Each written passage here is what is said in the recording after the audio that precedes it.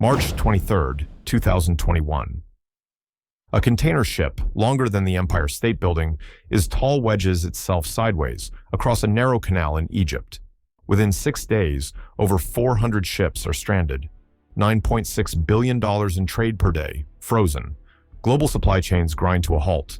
The ever-given blockage exposed just how fragile our global economy really is, all because of one waterway, the Suez Canal.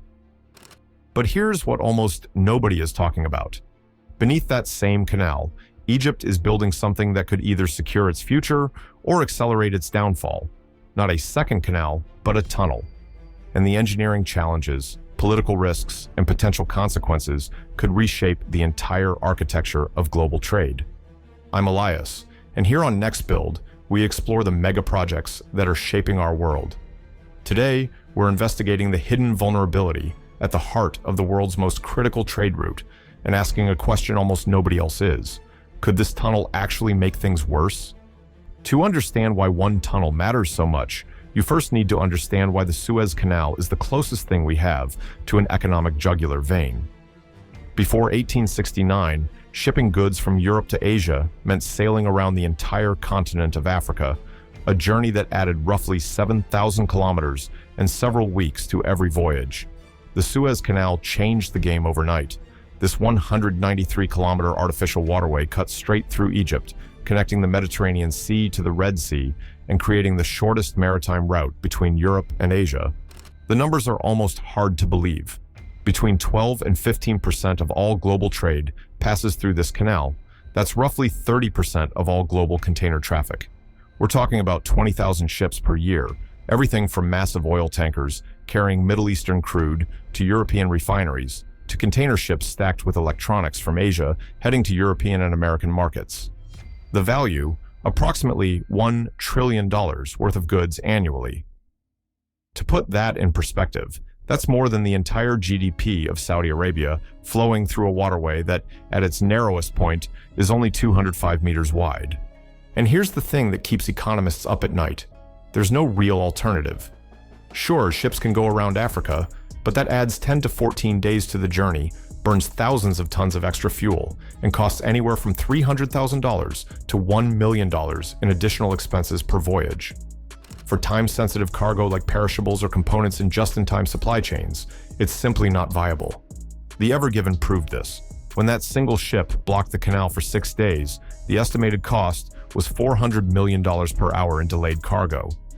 Companies like IKEA, Lenovo, and countless others saw their products stuck in maritime traffic jams.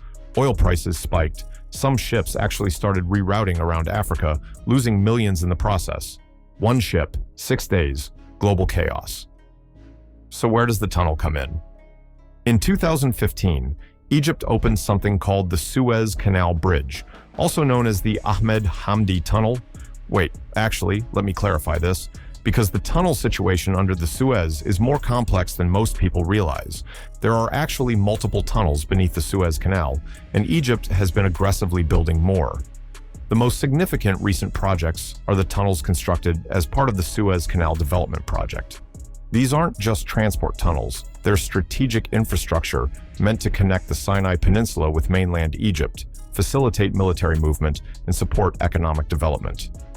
But here's where things get interesting and concerning. Each tunnel that passes beneath the canal represents a potential point of catastrophic failure. And I'm not just talking about a collapse that blocks traffic for a few days. I'm talking about something that could fundamentally compromise the structural integrity of the canal itself. Think about what you're dealing with. You're drilling massive tunnels beneath a waterway that's under constant stress from some of the largest ships ever built. The canal bed already experiences enormous pressure. Ships displacing hundreds of thousands of tons create what engineers call squat, where the vessel's hull comes closer to the bottom in shallow water, creating suction forces. Now add tunnels beneath that, and you've created a perfect storm of geological and engineering vulnerability. The tunnels use what's called tunnel boring machines, or TBMS. These massive cylindrical machines that can excavate tunnels while simultaneously installing concrete lining to support the walls. The Suez tunnels are typically 10 to 12 meters in diameter, large enough for vehicle traffic, and they sit roughly 50 to 70 meters below the canal bed. In theory, this should be fine. Modern engineering can absolutely handle this. We've built tunnels under rivers and harbors all over the world. The Channel Tunnel between England and France sits beneath 100 meters of seawater and rock. But the Suez Canal isn't the English Channel. It's in a seismically active region. Egypt sits near the boundary between the African and Arabian tectonic plates. While major earthquakes are rare, they're not impossible. In 1992, a 5.8 magnitude earthquake struck Cairo, killing over 500 people and causing widespread structural damage. So let's game this out. What would actually happen if one of these tunnels failed? Scenario 1. A tunnel collapse that doesn't breach the canal. This is the best case scenario, relatively speaking. You'd have a structural failure underground, possibly triggered by an earthquake, poor construction, or unforeseen geological conditions. The tunnel would be destroyed, potentially killing anyone inside, and it would be unusable for years.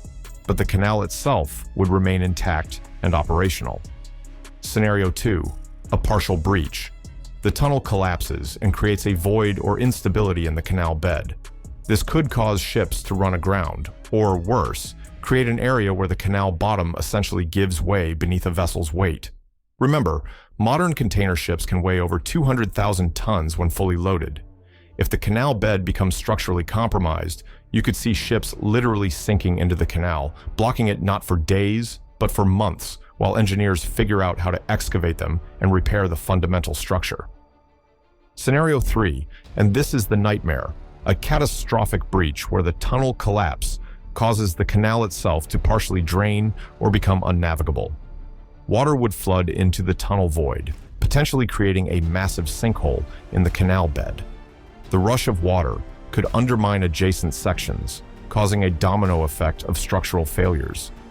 You'd essentially have a section of the canal that would need to be completely reconstructed from the ground up. How long would that take? We can look at historical examples. When the Suez Canal was closed from 1967 to 1975 due to the Six-Day War, it took 8 years to clear and repair, and that was from military damage and neglect, not fundamental structural compromise. A major tunnel-related failure could take 5 to 10 years to fully repair, depending on the severity.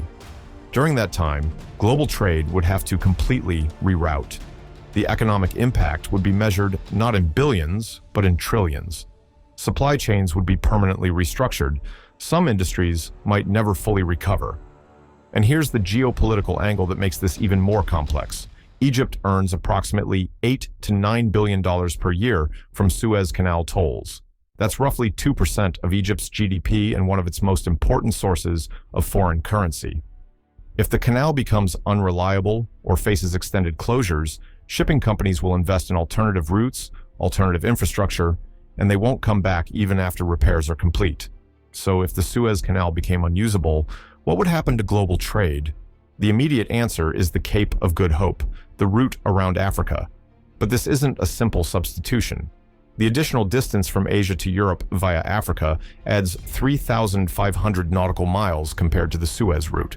For a typical container ship traveling at 20 knots, that's an extra 7 to 10 days of travel time. The cost implications are enormous. You need more ships to maintain the same delivery schedules, which means more capital investment. You burn more fuel, hundreds of tons more per voyage, which increases both costs and carbon emissions.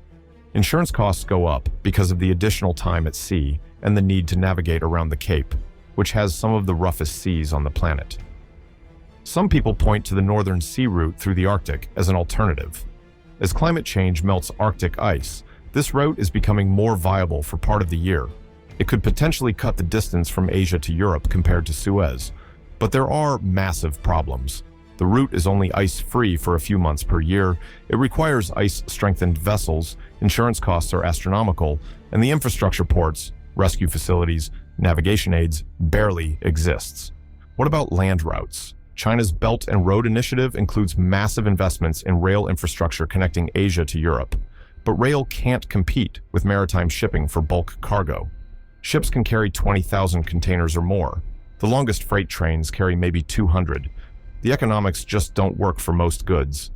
The reality is this: there is no substitute for the Suez Canal. Not really. If it became unreliable or unusable for an extended period, global trade patterns would have to fundamentally reorganize. Manufacturing would shift, supply chains would rewire themselves, and Egypt would lose one of its most valuable strategic assets, possibly forever. So is Egypt making a catastrophic mistake by building these tunnels, or is this actually brilliant strategic planning? The argument in favor is compelling. Egypt needs these connections. The Sinai Peninsula has been economically isolated for decades, connected to the rest of Egypt only by ferries and a few bridges that create bottlenecks for the canal traffic itself. The tunnels allow vehicles to cross without interfering with ship traffic, enabling development, improving security, and strengthening Egypt's claim over the Sinai. From an engineering perspective, modern tunnel construction beneath waterways is well understood. The risk can be managed with proper geological surveys, robust construction methods, ongoing monitoring, and maintenance. Countries around the world have successfully built tunnels under busy waterways without catastrophic failures. But here's where I think the concern is valid: redundancy and oversight. When you're dealing with infrastructure this critical to the global economy, the margin for error is essentially zero. Are there independent international inspections of these tunnel projects? Is there transparent monitoring of the geological stability? What are the emergency protocols if instability is detected? These aren't just Egyptian questions. The entire world has a stake in the structural integrity of the Suez Canal. When the Ever Given blocked it, the impact was felt from factories in Vietnam to retailers in Germany. If a tunnel failure caused a multi-year closure, the economic damage would be global and potentially permanent. There's also the question of whether Egypt is over-leveraging its most valuable asset. The country has invested heavily in expanding the canal, building new sections to allow two-way traffic, dredging to accommodate larger ships. Now add multiple tunnels beneath it. Each modification creates new vulnerabilities. At some point, are you improving the asset or undermining it? The Suez Canal represents something unique in our modern world, a single point of failure in the global economic system. A choke point so critical that its closure for even a few days sends shockwaves around the planet.